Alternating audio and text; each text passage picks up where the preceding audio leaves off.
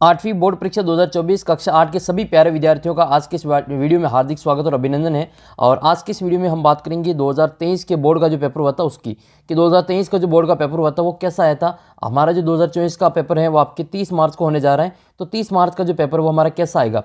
देखो, बोर्ड ने 2023 में भी मॉडल पेपर जारी किया था कि आपका 2023 का पेपर कैसा आएगा, और उसके बाद में 2023 का मॉडल पेपर के बाद में मेन पेपर हुआ था। इसी प्रकार से आपके भी इस साल 2024 का मॉडल पेपर जारी हुआ है, वो आपने देख लिया होगा। अब आपके 2024 का जो मॉडल पेपर है उसी के आधार पर हूबहू आपका पेपर आपकी परीक्षा में 30 मार्च को देखने को मिलेगा। अगर आपने मॉडल पेपर को सोल्व नहीं किया है तो मैंने वीडियो अपलोड कर रखा है, वो आप देख लेना। आपके मॉडल पेपर के अनुसार सेम टू सेम क्वेश्चन आएंगे, केवल आपके जो कुछ डिजिट इसमें चेंज होंगे। आपका गणित का पेपर बहुत ही शानदार हो जाएगा। अगर आप ये वीडियो शुरू से अंत तक देखेंगे तो आपको समझ में आ जाएगा कि आपकी गणित की तैयारी आपको कैसा करनी है। मॉडल पेपर के अनुसार आपको तैयारी करनी है, जो बोर्ड ने जारी की है उसके अनुसार। ठीक है, तो आप उस मॉडल पेपर को जरूर देख लेना। मैंने आपके सोल्व करवा दिया वो पेपर, वो इसका लिंक वीडियो के नीचे आपको डिस्क्रिप्शन बॉक्स में मिल जाएगा। हम इस वीडियो में आपको 2023 का पेपर और 2023 का जो मॉडल पेपर बोर्ड ने जारी किया था उन दोनों की तुलना करेंगे कि बोर्ड ने जो मॉडल पेपर जारी किया था क्या उसी के सेम टू सेम क्वेश्चन आपकी परीक्षा में देखने को मिले। तो आपको ये पूरी जानकारी मिल जाएगी कि आपका जो बोर्ड का मॉडल पेपर कितना आपके लिए इंपॉर्टेंट है और कितना आपके लिए उपयोगी है। तो आप इस वीडियो को शुरू से अंत तक देख लेना। और अगर आपने जो 60 प्रश्नों का टेस्ट नहीं दिया है तो आप टेस्ट ज़रूर दे देना। ऐप के ऊपर 60 प्रश्नों का मैंने एक टेस्ट डाल रखा है, वो 60 प्रश्नों का अगर आप टेस्ट दे देते हैं, लगभग 10,000 से ज़्यादा विद्यार्थी उस टेस्ट को दे चुके हैं। 10,000 से ज़्यादा विद्यार्थी उस टेस्ट को दे चुके हैं। कहीं आप जो चूक ना जाए, उस टेस्ट को दे देना। टेस्ट का लिंक वीडियो के नीचे आपको डिस्क्रिप्शन बॉक्स में दे रखा है। उसी में से आप जो कई सारे क्वेश्चन परीक्षा में 30 मार्च को आपको देखने को मिलेंगे। तो टेस्ट दे देना। टेस्ट का लिंक वीडियो के नीचे डिस्क्रिप्शन बॉक्स में दे रखा है। हम इस वीडियो में 2023 का पेपर कैसा है तो वो देखने वाले हैं। हम 2023 का जो मॉडल पेपर बोर्ड ने जारी किया था वो दोनों की हम तुलना करके आपको बताएंगे कि आपका 2024 का पेपर हूबहू आपके जो मॉडल पेपर आया था उसी के अनुसार आपके आने वाला है। तो ये आपके 2023 का मेन पेपर है। अब मैं आपको 2023 का जो मॉडल पेपर है वो भी आपको बता देता हूँ। देखो, ये आपकी 2023 का मॉडल पेपर जारी किया था बोर्ड ने, वो वाला मॉडल पेपर है। इसका पहला प्रश्न है कि संख्या -13 का गुणन प्रतिलोम क्या है। ठीक है, संख्या -13 का आपको गुणन प्रतिलोम पूछा है। और सेम टू सेम क्वेश्चन आपके बोर्ड परीक्षा में भी आए हैं। वहाँ केवल गुणन को बदल करके वहाँ पे योज्य प्रतिलोम पूछ लिया, गुणन को बदल करके योज्य प्रतिलोम पूछ लिया। तो आपके भी इसी प्रकार का पेपर आएगा। हम देखो आपको जो इसका प्रश्न है वहाँ पे बता देते हैं। तो गुणन प्रतिलोम क्या हो जाएगा, 1/-13 का गुणन प्रतिलोम माइनस का 1/13 हो जाएगा। गुणन में आपको 1 के बटे में लिख लिया जाता है और बाकी योज्य में इसका प्लस का माइनस कर देते हैं। ये देखो, आपके प्रश्न आया था, पहला प्रश्न ये है कि संख्या 5/7 का योज्य प्रतिलोम होता है। उसमें मॉडल पेपर में गुणन प्रतिलोम दे रखा है और आपके पेपर में क्या पूछ लिया, आपके योज्य प्रतिलोम पूछ लिया। तो इसका उत्तर क्या हो जाएगा, योज्य में आपका प्लस का माइनस कर देते हैं। तो ये वाला उत्तर सही हो जाएगा, इसमें माइनस के 5/7। देखो, सेम टू सेम क्वेश्चन आपके पूछा है, केवल गुणन की जगह पे योज्य करेंगे। ठीक है, और आपके पहला पेपर दे रखा मॉडल पेपर 2024 के पेपर में कि 2/7 को हम 0 से गुणा करते हैं तो इसका उत्तर कितना आता है। तो हो सकता है आपकी इसका उत्तर इसकी जगह पे आपके ये आ जाएगा कि 2/7 को हम 1 से गुणा करते हैं तो इसका उत्तर कितना आता है। तो ऐसा कैसे सेम टू सेम क्वेश्चन आपके आने वाले हैं। जैसे दूसरा क्वेश्चन है इसका, 1331 का घनमूल होगा तो 1331 का घनमूल कितना होता है, 11 होता है। कितना होता है 1331 का घनमूल, 11। ये तो आपके क्वेश्चन आया था बोर्ड के पेपर में। मॉडल पेपर में क्या दे रखा था, दूसरा प्रश्न वो देख लेते हैं। मॉडल पेपर में आपके दे रखा था 9 का घन कितना होता है। तो 9 का घन आप जानते हैं, 9 का घन कितना होता है, 729 होता है। अब आपने इसने क्या पूछ लिया, घन की जगह पे घनमूल पूछ लिया। तो बस क्वेश्चन तो वही आएंगे, केवल उल्टे पूछ लेंगे, वर्ग दे के वर्गमूल पूछ लेंगे। तो ये देखो, 9 का घन कितना होता है, 9 का घन होता है 729। ये 343 किसके घन है, ये आपके 7 के घन है। और ये 81 जो है वो आपके 9 का वर्ग है। 81 क्या है, 9 का वर्ग है। और ये 27 जो है वो आपके 3 का घन है, 27 3 का घन है। अगला सवाल आपके कि साधारण ब्याज ज्ञात करने का सूत्र कौन सा है। तो साधारण ब्याज ज्ञात करने का सूत्र होता है समुद्र बटा 100। क्या याद रखना आपको, समुद्र बटा 100 याद रखना।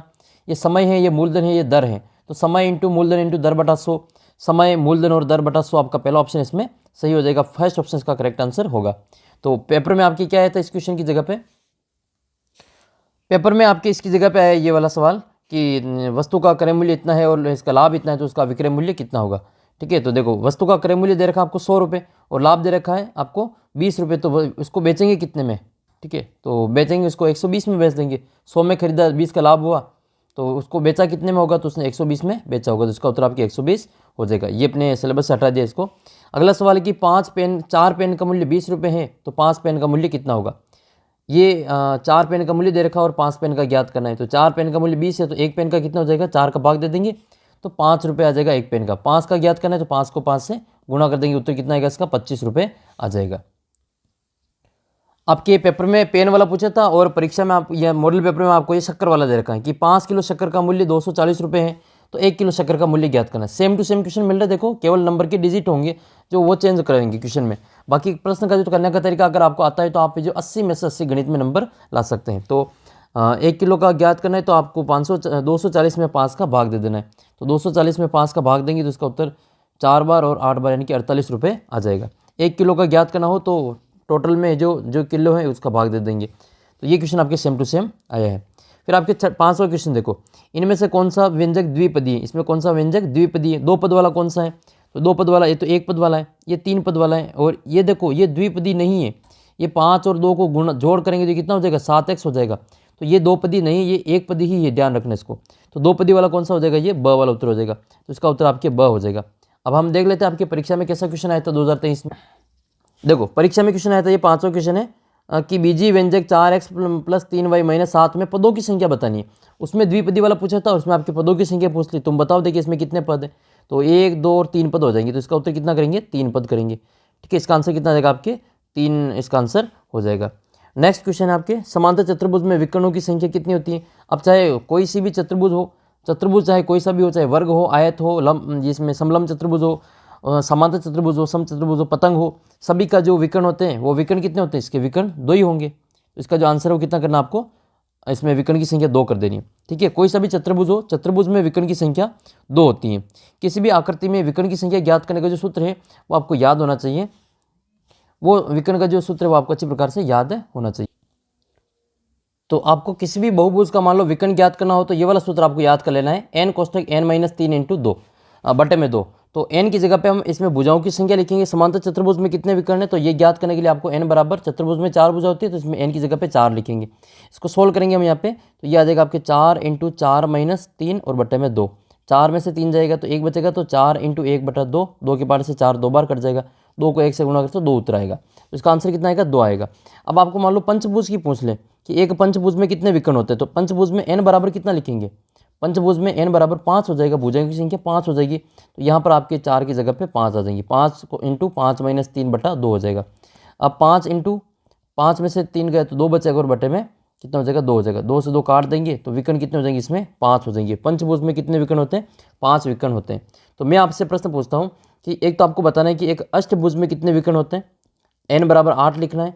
एक आपको त्रिभुज में कितने विकर्ण होते हैं वो आप कमेंट करके बताना है कि त्रिभुज में कितने विकर्ण होते हैं, आप इसका उत्तर कमेंट करके बताएंगे। और एक अष्टभुज में कितने विकर्ण होते हैं ये आप बताएंगे। तो ये तो आपके पेपर में आया था प्रश्न। हम आपको बता देते हैं कि मॉडल पेपर में क्या प्रश्न दिया गया है। पेपर में आपके मॉडल पेपर में दे रखा था कि चतुर्भुज के सभी अंतःकोणों का योग कितना होता है। तो सब चतुर्भुज के सभी अंतःकोणों का योग कितना होता है, चतुर्भुज है तो 360 हो जाएगा, और त्रिभुज है तो फिर आपके 180 हो जाएगा। और अंतःकोणों का योग का भी आपको सूत्र याद होना चाहिए, n - 2 × 180 होता है। ये इसके सभी अंतःकोणों का योगफल होता है। n की जगह पे 3 लिखोगे, n की जगह पे 3 लिखोगे तो आपके इसका उत्तर आ जाएगा 3 - 2 × 180। अब 3 में से 2 जाएगा तो 1 बचेगा, 1 × 180 180 होगा। तो त्रिभुज में 180 होता है। n बराबर इसमें 4 लिखेंगे चतुर्भुज में, तो आपके इसका उत्तर हो जाएगा 4 - 2 × 180। 4 में से दोगे तो 2 × 180 बराबर 180 को 2 से गुणा करेंगे तो 360 आएगा। तो इसका उत्तर 360 होगा, और त्रिभुज का 180 होगा। और ये पंचभुज का होता है 540, पंचभुज का क्या हो जाएगा, 540 हो जाएगा। और 90 जो होता है वो आयत और वर्ग का प्रत्येक कोण होता है। आयत और वर्ग का प्रत्येक कोण कितना डिग्री का होता है, वो 90 डिग्री का होता है। नेक्स्ट क्वेश्चन है फिर आपका ये मॉडल पेपर में दे रखा था कि इस संख्या को क्या, छोटी से छोटी संख्या ज्ञात कीजिए जिसको 200 से गुणा करने पर पूर्ण घन संख्या बन जाए। तो ये ज्ञात करने के लिए आपको क्या करना पड़ेगा, इसमें 200 का गुणनखंड करने पड़ेंगे, फिर 3 के जोड़े बनाएंगे। जिसका जोड़ा अधूरा होगा उसको हम गुणा करेंगे उससे। 2 का जोड़ा तो बन जाएगा, 5 का जोड़ा नहीं बनेगा, तो फिर इसको हम 5 से गुणा करेंगे ताकि ये पूरा वर्ग ये घन बन जाएगा। ठीक है, तो ये तो आपके एक मॉडल पेपर में था। अब आपके मेन पेपर हुआ था उसको देख। आपके इसमें मेन पेपर में क्वेश्चन आया था कि 149 के घन का इकाई अंक कितना होगा। तो किसी भी संख्या के घन का इकाई अंक ज्ञात करना हो तो पूरी संख्या को गुणा करने की जरूरत आपको नहीं है। घन का इकाई अंक आपके भी आएगा इस बार वापस, तो इसको हम अच्छी प्रकार से समझ लेते हैं। जैसे 149 के घन का इकाई अंक ज्ञात करना है, तो घन करने के लिए आपको 149 को 3 बार गुणा नहीं करना है, 149 × 149 ऐसा करने बैठोगे तो आपका पूरा पेपर इसी को सॉल्व करने में टाइम निकल जाएगा। तो हमें क्या करना है, इसका जो इकाई का अंक है उसको लेना है। इसको 149 का इकाई अंक क्या है, 9 है, तो 9 को 3 बार गुणा कर दो, 9 × 9 × 9 9 के घन कितने हो जाएंगे, 9 में 81 इंटू 9, और 9 को 81 से गुणा करें तो इसका उत्तर आएगा आपके 729। तो इसका इकाई का अंक 9 है, तो इसका घन करेंगे तो इसका इकाई अंक भी कितना आएगा, आपके 9 ही आएगा। तो इसका जो आंसर है वो कितना आ जाएगा, इकाई का अंक कितना होगा, आपके 9 होगा। देखो ये उत्तर दे रखा आपके इसमें 9। इसमें एक और क्वेश्चन पूछा था कि पूर्ण घन संख्या, ये दे रखा आपके 10, 64, 8 के घनमूल का इकाई का अंक कितना होगा। इसमें भी आपको इकाई का अंक ही ज्ञात करना है, तो पूरा सोल्व नहीं करना है। इसका घनमूल ज्ञात करने के लिए आपको देखना पड़ेगा कि 8 किस किस के घन में आते हैं। तो ये हमको अब पता होना चाहिए कि 8 है जो किस किस के घन में आते हैं। 1 का घन कितना होता है, 1 का घन होता है 1। 2 का घन कितना होता है, 2 का घन 8 होता है। और 3 का घन कितना होता है, 3 का घन होता है आपके 27। 4 का कितना होता है, 4 का होता है 64। 5 का कितना होता है, 5 का 125। 6 का कितना होता है, 6 का घन होता है 216, ठीक है 216। 7 का कितना होता है, 343। 8 का कितना होता है, 8 का घन 512।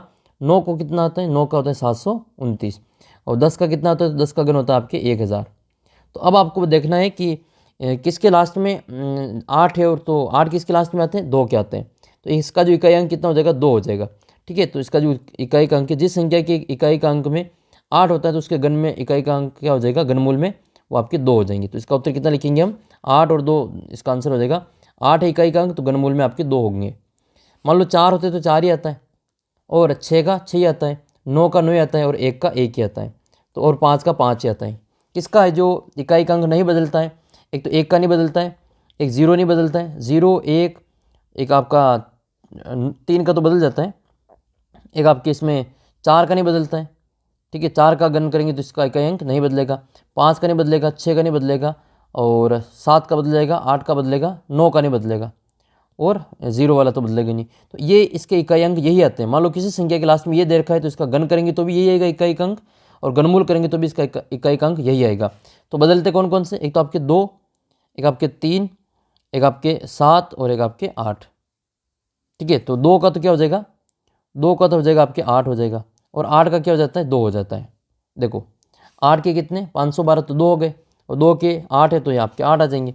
इसी प्रकार से 3 का होता है 27, 27 के 7 आते हैं, और 7 के लास्ट में 343, तो 7 का 3 हो जाएगा। तो जिसके लास्ट में इकाई का अंक 3 हो तो उसका घन करेंगे तो 7 आएगा, और जिसके लास्ट में इकाई का अंक 7 हो तो उसका घन करेंगे तो 3 आएगा। तो ये आपको अच्छी प्रकार से याद कर लेना है। ये 2 नंबर आपके, 2 का 8 होता है, 8 का 2 होता है, 3 का 7 होता है, 7 का 3 होता है, बस। बाकी तो 1 0 4 5 6 9 इनका जो इकाई का अंक वही आता है, चाहे आप इसको कितनी बार गुणा कर दो वही नंबर वापस आपका मिलता रहेगा, ठीक है। 0 को चाहे कितनी बार गुणा कर दो 0 ही मिलेंगे, 1 को कितनी बार गुणा कर दो 1 ही मिलेगा, 4 को कितनी बार गुणा करते जाओ 4 into 4 into 4 into 4 into 4 into 4, चाहे तुम्हारी मर्जी पड़े उतनी बार गुणा कर दो, लास्ट में इसका फाइनल उत्तर 6 ही आने वाला है। सॉरी, घन में आपके 4 ही आने वाला, ठीक है। घन करेंगे तो इसका उत्तर वापस 4 ही आएगा, यानी कि 3 3 के जोड़े में करेंगे तो उसका उत्तर 4 ही आएगा। तो 4 चौक 16 और 16 चौक 64 के 4 आ जाएंगे। तो इसको आपको अच्छी प्रकार से याद कर लेना है। तो ये तो आया था आपके परीक्षा में, बोर्ड के पेपर में। अगला सवाल आपका ये कि बीजीय व्यंजकों का आपको गुणनफल याद करना है। तो इसमें आपको 2 + 3p और 2p + 3 का आपको गुणा करना है। तो 2 का इन दोनों के साथ गुणा करेंगे तो 2 का 2p + 3 से कर लेंगे, और 3p का इन दोनों के साथ गुणा करेंगे तो 3p + 2p + 3 हो जाएगा। 2p का अंदर गुणा करेंगे तो आपकी 2 दूनी 4p हो जाएगा, और 2 का 3 से करें तो 6 हो जाएगा। फिर 3p का 2p से करें तो 3 दूनी 6p² हो जाएगा, और 3p का 3 से करेंगे तो 3 3 9p हो जाएगा। अब इनको जो सेम संख्या है इसको जोड़ लेंगे, तो इसमें 6p पहले लिखेंगे, फिर 9p और आपके 4p जोड़ेंगे तो 13p हो जाएगा। 9 और 4 13 होते हैं, तो 13p और प्लस में 6 आ जाएंगे। अब आपके ये वाला प्रश्न जो है वो आपके बोर्ड परीक्षा में आया था, और मॉडल पेपर में क्या दे रखा था वो हम देख लेते हैं। मॉडल पेपर में भी गुण ही दे रखा था, बीजीय व्यंजक का आपको गुणनफल ज्ञात करना है, प्रोडक्ट ऑफ पॉलिनोमियल करना था। माइनस के 4q और 7pq का आपको गुणा करना है, तो माइनस प्लस माइनस हो जाएगा, 7 चौक 28, संख्या गुणा कर देंगे, 7 चौक 28 हो जाएगा माइनस के, और pq को हम q से गुणा करेंगे तो p एक बार और q 2 बार आ जाएगा, तो 28pq² हो जाएगा। ये आपके मॉडल पेपर में दे रखा था, और आपने देखा पेपर में कैसा क्वेश्चन आया, सेम टू सेम क्वेश्चन, गुणा करने वाला ही पूछा गया था। नवा प्रश्न आपकी कि किसी समबाहुभुज का एक बहिष्कोण 45 डिग्री है तो भुजाओं की संख्या कितनी होगी।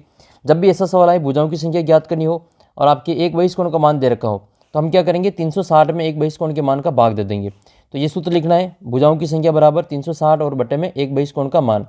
एक बहिष्कोण का मान 45 है, तो हम क्या करेंगे 360 में 45 का भाग दे देंगे। तो ये हम काट लेंगे यहाँ पे 9 के पार्ट से, 9 के पार्ट से 45 कटेगा 5 बार, और 9 के बार से 36 कटेंगे 4 बार, 40 बार।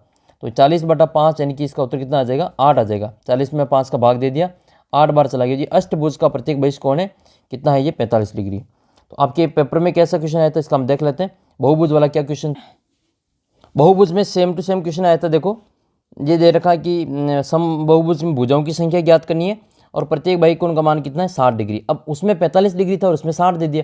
फ़र्क क्या है, अगर आपको सवाल करने का तरीका आता है तो आप वहाँ पे सेम टू सेम सवाल कर लेंगे। इसलिए जो विद्यार्थी मॉडल पेपर को अच्छे से तैयार कर लेगा 2024 वाले को, उसके 80 में से 80 नंबर पूरे आने की मेरी गारंटी है। क्योंकि पेपर में आपकी केवल संख्या चेंज होगी, सवाल करने का तरीका आपको आना चाहिए। सवाल पूरे पूरे वो क्यों आएंगे जो आपके मॉडल पेपर में दे रखे हैं।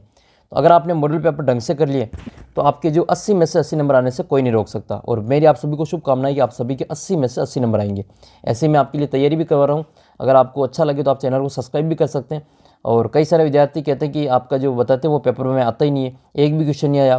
तो वो विद्यार्थी मैं आपको हकीकत बताऊँ कि अपने वीडियो पूरे देखते ही नहीं है। आप जो यहाँ पर वीडियो देख रहे हैं यहाँ तक जो वीडियो देख रहे हैं उसका पेपर बहुत ही अच्छा जाता है। क्योंकि वो विद्यार्थी कमेंट वही करते हैं कि पेपर नहीं आया, जो ये कहते हैं कि जो पेपर नहीं आए वो एक इस कारण से बताते हैं क्योंकि वो अपना वीडियो पूरा देखते ही नहीं है। आप तो वीडियो यहाँ तक देख रहे हैं, इसका मतलब बहुत ही अच्छे स्टूडेंट है और आप बहुत तैयारी करने वाले स्टूडेंट हैं। वो बस दिन भर मेरे मैसेज करते रहते हैं कि सर रियल पेपर भेज दो, रियल पेपर भेज दो। तो उनको रियल पेपर कहीं नहीं मिलेगा। मैंने आपको पहले ही कह चुका हूँ कि कोई भी आपको परीक्षा से पहले रियल पेपर नहीं बता सकता है। किसी के पास में से रियल पेपर नहीं आता है। खुद आपके जो स्कूल के जो सर हैं उनको भी नहीं पता कि आपका पेपर कैसा आने वाला है। अगर आपको उनको पता होता तो फिर वो भी आपको बता देते हैं। तो ऐसा नहीं होता है। जो बोर्ड ने जो मॉडल पेपर जारी किए हैं उसके आधार पर जो विद्यार्थी तैयारी करेगा उसके फुल मार्क्स से जो प्राप्त होंगे परीक्षा में। और गणित में तो आप 80 में से 80 फोड़ के आओगे अगर मेरे आपने वीडियो देख ले तो। क्योंकि मैं आपको सभी मॉडल पेपर वगैरह करवा चुका हूँ और आपके एक्स्ट्रा भी प्रैक्टिस वगैरह करवा चुका हूँ। 60 प्रश्नों का मैंने आपके टेस्ट डाल दिए, वो आप दे देना। आपके कोई नहीं रोक सकता आपको 80 में से 80 नंबर लाने से। बस ध्यान ये रखना है कि गणित में आपको जो क्वेश्चन आते हुए छूट जाते हैं क्योंकि आपके टाइम मैनेजमेंट नहीं होता है। तो ध्यान रखना, आपको जो क्वेश्चन आपके बड़े क्वेश्चन, मान लो आपको कोई उलझन वाला सवाल है तो वो आपको पहले नहीं करना है। जो आसान सवाल है जो आपको अच्छे आते हैं उनको पहले जल्दी जल्दी से निपटा देना है। क्योंकि 2.5 घंटे का ही समय रहता है और प्रश्न की संख्या ज़्यादा रहती है। तो आपकी प्रैक्टिस होगी तो आप आराम से 2.5 घंटे में पूरा पेपर जो निपटा करके बाहर निकलेंगे, खुशी खुशी से निकलेंगे। लेकिन अगर आप जो डिले डाले समय शुरू में धीरे धीरे पेपर को सोल्व करेंगे, और फिर लास्ट के 1 घंटे में या आधे घंटे में आपके जो कई सारे क्वेश्चन बच जाएंगे, फिर आप हड़बड़ी में पेपर को सोल्व करेंगे तो आपका जो क्वेश्चन आते हुए भी गलत हो जाएंगे और आपको आते हुए भी क्वेश्चन वहाँ पे करने से रह जाएंगे। तो याद रख लेना, वहाँ पर आपके देखो मॉडल पेपर में यहाँ पे 45 डिग्री था और यहाँ पे 60 डिग्री। बस सवाल तो वो का वही है बस। अब मैं आपको दोनों पेपर की तुलना इसलिए करवा रहा हूँ क्योंकि कई सारे विद्यार्थी कहते हैं कि आप जो यहाँ पे पेपर करवाते हैं वो फर्जी पेपर है, इसमें कोई प्रश्न नहीं आता है। तो मैं कभी भी नहीं कहता हूँ कि बस यही हमारा असली पेपर है, क्योंकि असली पेपर जो होता है वो आपके बोर्ड की परीक्षा में ही मिलता है। आपको 30 मार्च को कब मिलेगा असली पेपर, 30 मार्च 2024 को 2 बजे आपको इसका जो असली पेपर वो मिल जाएगा। उससे पहले असली पेपर आप चाहे जितने मैसेज कर दो, जितने कमेंट कर दो, किसी के भी वीडियो में, चाहे मेरे नहीं किसी दूसरे सर के भी आप वीडियो के नीचे कमेंट करेंगे, आपको कोई भी असली पेपर नहीं दे सकता। इसलिए मैं बार बार अब आपको ये इसका जवाब नहीं दूंगा। जो कमेंट करते हैं या मैसेज करते हैं मेरे को व्हाट्सअप नंबर पे कि असली पेपर भेजो, उनके लिए बस यही बात है कि आप मेरा जो वीडियो है वो देख लेना, यही असली पेपर है और इसी में से आपके प्रश्न छपेंगे। और एक और विशेष बात आपसे कहना चाहता हूँ जी, मैंने जो आपके व्हाट्सअप नंबर दे रखे 75 68 35 0069, इस नंबर पे आप कॉल ना करें। मेरे को बार बार जो परेशान कर दिया जाता है कॉल कर करके, तो आप जो कृपया कॉल ना करें। आपको जो भी समस्या है तो आप केवल टेक्स्ट मैसेज के रूप में छोड़ दें, आपकी कॉल अटेंड नहीं की जाएगी वहाँ पर आपको जो। और ये नंबर केवल आपके व्हाट्सअप नंबर के लिए, यहाँ पर आप जो कॉल करेंगे तो भी उठाया नहीं जाएगा। तो इसलिए आपको रिक्वेस्ट है कि कॉल करके बिना अपना समय ख़राब न करें। केवल आपके जो भी समस्या है तो उसके ऊपर आपको उसका फोटो वगैरह या फिर मैसेज करके भेज देना, ठीक है। मेरे को जैसे जैसे समय मिलेगा मैं आपको जो रिप्लाई दे दूंगा। तो ये वाला क्वेश्चन आया था आपके 90वां क्वेश्चन, एक समबाहु भुज में भुजाओं की संख्या ज्ञात करनी, प्रत्येक बाह्य कोण 60 डिग्री का है। तो बस आपको क्या करना है, 360 में 60 का भाग देना है तो उत्तर कितना आ जाएगा, 6 डिग्री आ जाएगा। ये इसका उत्तर है। ये पेपर में आया था कि इसमें आपके परिमाप ज्ञात करना है। वैसे ये तो परिमाप वाला तो अभी हमारे जो सिलेबस से हटा दिया, तो ये भी हम इसको नहीं पढ़ेंगे। लेकिन पेपर में देख लेते हैं मॉडल पेपर में क्या था। मॉडल पेपर में ये था कि एक ABCD एक परिमाप दे रखा, आयत दे रखा और आयत का परिमाप ज्ञात करना था। इसमें आयत का दे रखा था मॉडल पेपर में और उसमें आपको इस टी का पूछा है। अब अगर आपको आयत परिमाप निकालना आता है तो टी का भी निकाल लेंगे। टी का क्या निकाला, आप सब निकाल सकते हैं। तो परिमाप निकालना आता है तो चाहे आयत का पूछे या वर्ग का पूछे, किसका भी पूछे, तो आप आराम से जो उसका परिमाप निकाल सकते हैं। तो सेम क्वेश्चन देखो, परिमाप में केवल आपके संख्या चेंज करेंगे और क्या करेंगे। तो आयत का परिमाप क्या होता है, लंबाई इंटू 2 कोष्ठक लंबाई प्लस चौड़ाई। लंबाई का मान 9 है, चौड़ाई का मान 7 है, तो इसका परिमाप हो जाएगा 2 कोष्टक 9 + 7, 9 और 7 16 होते हैं, 16 को 2 से गुणा करेंगे तो 32 हो जाएगा। तो परिमाप निकालना भी आपको आना चाहिए। ये सवाल देखो 11वां सवाल है, दी गई आकृति में एक लाल सेब प्राप्त करने की प्रायिकता ज्ञात करनी। तो कुल कितने सेब हो रहे हैं इसमें, 1 2 3 4 5 6 7 सेब हो रहे हैं, तो कुल परिणाम कितने हो जाएंगे, कुल परिणाम आपके हो जाएंगे 7। फिर आपके पूछे लाल सेब, तो लाल सेब कितने, लाल सेब कितने, आर वाले कितने, रेड वाले कितने, तो 1 2 और 3 और ये 4 ही सेब लाल है, तो अनुकूल परिणाम कितने हो जाएंगे, 4 हो जाएंगे। इसका उत्तर 4/7 लिखना है। तो आपके पेपर में क्या पूछा था वो हम आप पे देख लेते। पेपर में आपके आया था एक थैले में 5 सफ़ेद रंग की गेंदें और 3 पीले रंग की गेंदें, ठीक है, और थैले में से एक गेंद निकाली जाती है बिना झांक के, तो उसके पीले रंग की गेंद होने की प्रायिकता ज्ञात कीजिए। बस सेम टू सेम सवाल मॉडल पेपर में जो प्रायिकता का है वही सवाल आपके पेपर में भी उसी क्रम में पूछा गया है। तो आपको करना क्या है, 2024 का जो मैंने पेपर सोल्व करवा रखा मॉडल पेपर, उसको सोल्व कर लेना है, उसको अच्छे से तैयार कर लेना है, ताकि आपके गणित में केवल नंबर चेंज होंगे, बाकी सवाल करने का तरीका तो वही रहेगा। आपको पीले रंग की प्रायिकता ज्ञात करनी, तो सफ़ेद गेंद कितनी 3 है, 5 है, और पीली कितनी है 3 है, टोटल कितनी हो गई 3 और 5 8 हो गए। तो पीली गेंद प्राप्त होने की प्रायिकता ज्ञात करनी है, तो पीली गेंद कितनी 3 है, तो 3/8 हो जाएगा। पीली गेंद की प्रायिकता क्या हो जाएगी 3/8 हो जाएगी। तो मैं आपके लिए प्रश्न छोड़ता हूँ कि इस सवाल के लिए सफ़ेद गेंद की प्रायिकता कितनी आएगी। 3 आपके पीली गेंद है, 5 सफ़ेद है, तो आपको बताना कि सफ़ेद गेंद की प्रायिकता कितनी आएगी, ये आप कमेंट करके बताएंगे। फिर इसके अगला सवाल था, ये देखो, ये सवाल आपके 2023 के मॉडल पेपर में था। इसमें आपको सत्य असत्य बताना है। ये आपके नंबर सिस्टम से संबंधित था, विभाजकता के नियम से संबंधित था, लेकिन ये वाला सवाल अभी हमारे सिलेबस से हट गया, तो अभी इसको भी हम यहाँ पे नहीं सोल्व करेंगे। अब आपका पेपर में क्या क्वेश्चन आया था वो देख लेते हैं। पेपर में देखो उसी प्रश्नावली के क्वेश्चन पूछे गए थे जिसमें विभाज्यता का नियम पूछा गया था। तो आपके जो सत्य असत्य वाला प्रश्नावली है वो इसमें घात और घातांक वाली जो प्रश्नावली 10वीं प्रश्नावली वहाँ से पूछा जाएगा। तो फिक्स आपके उसी प्रश्नावली के सत्य असत्य आने वाले हैं। मैंने आपको एक पूरा वीडियो में बताया कि कौन सा सवाल किस प्रश्नावली से आएगा। अगर आपने गणित का ब्लूप्रिंट वाला वीडियो नहीं देखा तो देख लेना, उसमें आपको सारी चीज़ें समझ में आ जाएगी कि आपका जो पेपर है वो किस लेवल का आने वाला है और कौन कौन सा क्वेश्चन किस किस पार्ट से आने वाला है, इतना मैंने आपको समझा रखा है। तो आप वीडियो देख लेना, उसमें गणित का मॉडल पेपर मैंने डाल रखा है और गणित का जो ब्लूप्रिंट है वो भी डाल रखा है कि कौन सा क्वेश्चन किस पार्ट से आने वाला है। तो ये तो आपके अब सिलेबस से हट गया है, तो इसको हम नहीं करेंगे। फिर ये आइलर सूत्र वाला था, 13वां प्रश्न आइलर सूत्र है, तो ये भी आपके हटा दिया गया है। ठीक है, आइलर सूत्र का प्रयोग करते हुए जांच कीजिए कि इसमें कितने किनारे फलक हो सकते हैं, और गनाब में आपके फलक किनारे शीर्ष की संख्या लिखी है, जांच कीजिए क्या वे आइलर सूत्र का सत्यापित करते हैं। ये तो आपके मेन पेपर में आया था। अब हम इसका मॉडल पेपर में क्या दे रखा था वो भी देख लेते हैं। मॉडल पेपर में आपके ये दे रखा था कि एक ठोस की पहचान करनी, इसके पार्श्व भाग क्या होता है और पीछे का भाग क्या होता है, ये इसमें ये वाला और ये वाला अपने जो सिलेबस है वो हटा दिया है। तो इससे से संबंधित आपके सवाल पेपर में पूछा गया था। फिर आपके अगला सवाल है ये 14वां सवाल, ये वाला सवाल आपके हैं, तो इसको आप अच्छी प्रकार से तैयार कर लेना। 400 व्यक्तियों के सर्वे में यातायात नियमों का पालन नहीं करने वाले व्रत को चित्र में दर्शाए गए हैं। निम्न प्रश्नों के पढ़कर इसका उत्तर आपको देना है। तो ये आपके इस प्रकार का सवाल है, और यहाँ पे पूछा गया था कि सबसे अधिक ये वाला जो पाई चार्ट है वहाँ पे कि सबसे अधिक भार क्षमता वाले वाहनों को चलाने वाले व्यक्तियों की संख्या का प्रतिशत कितना है। तो टोटल कितना है 100% है, उसमें से ज़्यादा कितने अधिक भार क्षमता वाले, तो अधिक भार क्षमता वाले कितने हो जाएंगे आपके, अधिक भार क्षमता वाले हो जाएंगे आपके 20% है। ठीक है, तो इसमें आपको प्रतिशत ज्ञात करना है। सबसे अधिक भार क्षमता वाले वाहन चलाने वाले व्यक्तियों का प्रतिशत कितना है, तो प्रतिशत कितना हो जाएगा आपके 20% हो जाएगा। 100 में से 80 को घटाने लिए आपके आ जाएगा 20%। वैसे डायरेक्ट इसमें आपके 20%, बाकी का तो नहीं दे रखा था इसमें, 20 का ये इसका नहीं दे रखा था, तो सबकी जोड़ करके आपको 100 में से घटाना था, तो इसका उत्तर आपके 20 आ जाएगा। सेकंड है फिर इसका, हेलमेट नहीं लगाने वाले व्यक्तियों की संख्या गति सीमा अधिक वाहनों से कितनी ज़्यादा है। तो हेलमेट वाले कितने हैं, हेलमेट वाले विदाउट हेलमेट 30% है, और ओवर स्पीड वाले कितने, गति सीमा से अधिक ओवर स्पीड वाले 10% है। कितने ज़्यादा है, तो 30 में से 10 को घटा लेंगे, कितना बचेगा 20%। तो 20% का अंतर है, तो 400 का आपको 20% ज्ञात कर लेना, 80 उत्तर आ जाएगा। अब ये वाला सवाल आपके पेपर में कैसा आया था देख, तो आपके पेपर ये वाला था, देख लो ये paper same to same question, वो कोई क्वेश्चन इसमें छपा था, केवल आपके डिजिट चेंज है। तो पाईचार्ट यातायात नियमों का अवहेलना करने वाले पुलिस द्वारा चालान की संख्या को दर्शाता है, और चालान जो काटे गए थे वो 540 थे। तो इसमें आपको किस दिन बनाए गए चालानों की संख्या 105 है, तो आपको 105 वाला बताना है। तो 105 वाला बताने के लिए हम क्या करेंगे, 540 का केंद्रीय कोण कितना है 360 डिग्री, तो एक चालान काटने के लिए 360/540 हो जाएगा, और 105 चालान काटने के लिए 360/540 × 105 करेंगे तो कोण कितना आ जाएगा 70 डिग्री आ जाएगा। तो 70 डिग्री वाला कौन सा है, तो 70 डिग्री वाला आपके सोमवार है, तो इसका उत्तर कितना आ जाएगा आपके सोमवार आ जाएगा। सेकंड ये कि जांच कीजिए कि बुधवार के दिन बनाए गए चालान शुक्रवार के दिन बनाए गए चालान से अधिक थे, यदि हाँ तो कितने अधिक थे। तो देख लेते हैं कि बुधवार के दिन और शुक्रवार के दिन का क्या अंतर है इसमें। बुधवार को तो बनाए थे 90, ठीक है, बुधवार को 90 डिग्री है और शुक्रवार को कितने 80 डिग्री, मतलब अंतर तो है। अंतर कितने डिग्री का है, 10 डिग्री का अंतर है। तो अंतर निकाल लेंगे ये 10 डिग्री का, तो 10 कितने में से 360 में से, और टोटल कितने हो रहे 540 हो रहे।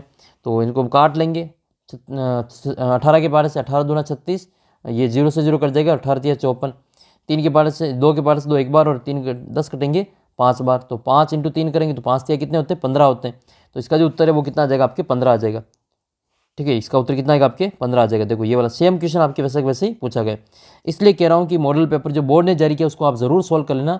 आपके 80 में से 80 नंबर लाने से कोई नहीं रोक सकता। इस प्रकार से आपके यहाँ पे तैयारी हो जाएगी।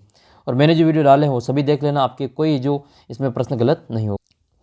फिर आपके 15वां क्वेश्चन, ये तो आपके अब की बार भी आएगा, ये आपके इसमें रिक्त स्थानों की पूर्ति में ही पूछा जाएगा। ये भी आपके तो समांतर चतुर्भुज दे रखा है, इसमें आपको गुण धर्म के आधार पर, परिभाषा के आधार पर रिक्त स्थानों की पूर्ति करनी है। तो हम जानते हैं कि समांतर चतुर्भुज जो होता है उसमें जो आमने सामने के कोण होते हैं वो बराबर होते हैं। एक तो आपको ये चीज़ याद रखनी है, आमने सामने के कोण बराबर होते हैं। और आमने सामने कोण कौन कौन से हैं, एक तो डी और एक बी बराबर होगा, ए और ये सी बराबर होगा, ये तो कोण बराबर होते हैं। इसके अलावा इसकी सम्मुख भुजाएं बराबर होती हैं, ये ए बी के बराबर सी डी हो जाएगा और ए डी के बराबर बी सी हो जाएगा। इसके अलावा आपको और क्या याद करना है, विकर्ण जो होते हैं वो समद्विभाजित करते हैं, दो बराबर भागों में बांटते हैं। बराबर तो नहीं होते विकर्ण, देखो जो एस सी का मान है वो बी डी के मान के बराबर नहीं होता है, एक विकर्ण लंबा एक दूसरा विकर्ण छोटा है। लेकिन ये जो काटते हैं वो बराबर भागों में काटते हैं। ओ डी जो है वो ओ बी के बराबर है, ओ डी जो है वो ओ बी के बराबर हो जाएगा, और ओ ए जो है वो आपके ओ सी के बराबर आ जाएगा। तो ये समद्विभाजित करते हैं, समान दो बराबर भागों में बांटते हैं। इसके अलावा दो जो लगातार कोण है, कोण ए और कोण डी का जो जोड़ है वो 180 डिग्री के बराबर होती है, इसको हम समपूरक कोण कहते हैं। तो यही क्वेश्चन आपके वहाँ पे बनेंगे अब की बार भी। तो ए डी का मान किसके बराबर होगा, तो ए डी, ये देखो ये ए डी ये किसके बराबर होगा, ये सी बी के बराबर हो जाएगा या बी सी के बराबर हो जाएगा। तो इसका उत्तर क्या करेंगे हम, बी सी करेंगे। यहाँ लिखना आपको B C. D C B आपके डी सी बी कहाँ दे रखा है, डी सी बी, ये वाला कोण बताना है कि ये वाला कोण किसके बराबर है। देखो ये वाला कोण किसके बराबर, तो कोण जो बीच में बिंदु होता है उस पर बनता है, इसमें सी बीच में, तो कोण सी के ऊपर कौन सा, ये वाला कोण पूछा तो अपना ए वाला हो जाएगा। तो जिसके बीच में ए हो वो वाला हो जाएगा, ये इसके बीच में ए है तो ये वाला इसके बराबर होगा। ओ सी किसके बराबर है, तो ओ सी आपका हो जाएगा आपके ओ ए के बराबर, ओ सी ओ ए के बराबर होता है, तो इसमें आपको ओ ए भर देना है। दो कोण की जोड़ बतानी जो लगातार है, कोण ए और कोण डी, तो कोण ए प्लस कोण डी कितना होता है 180 डिग्री होता है। ये आपकी याद रख लेना, 180 डिग्री का जो कोण होता है इसको हम सरल कोण भी कहते हैं, इसको रिज्यू कोण भी कहते हैं। आप कमेंट करके बताना कि समकोण का मान कितना डिग्री होता है, राइट एंगल जो है वो कितने डिग्री का होता है। ये तो आपके मॉडल पेपर में था, अब मैं आपको यहाँ पे जो अपना मेन पेपर हुआ था 2023 वाला उसमें बता देता हूँ।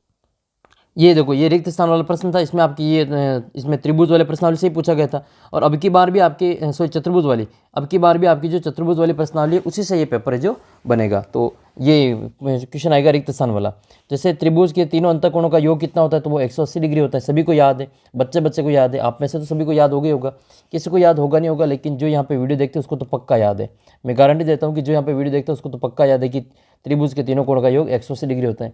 जैसे मैंने आपको रटवाया था कि चाइल्ड का प्लूरल चिल्ड्रन होता है, और आपकी परीक्षा में आया था चाइल्ड का चिल्ड्रन होता है, और आपने अच्छे से वहाँ पे लिख लिया था। जैसे ही आपके चाइल्ड देखा होगा और आप खुश हो गए होंगे, हाँ ये तो हमने कितनी बार कर रखा है, इसका तो नंबर हमारा कभी भी नहीं कटेगा। तो चाइल्ड का चिल्ड्रन होता है, वैसे ही त्रिभुज के तीनों कोणों का योग 180 डिग्री होता है, ये तो बच्चे बच्चे को पता है। तो इसका उत्तर हम 180 कर लेंगे। चतुर्भुज का पूछे तो हम फिर 360 करेंगे। तो तुम्हारे त्रिभुज की जगह पे चतुर्भुज आ जाए तो फिर आपको क्या करना है, 360 करना है।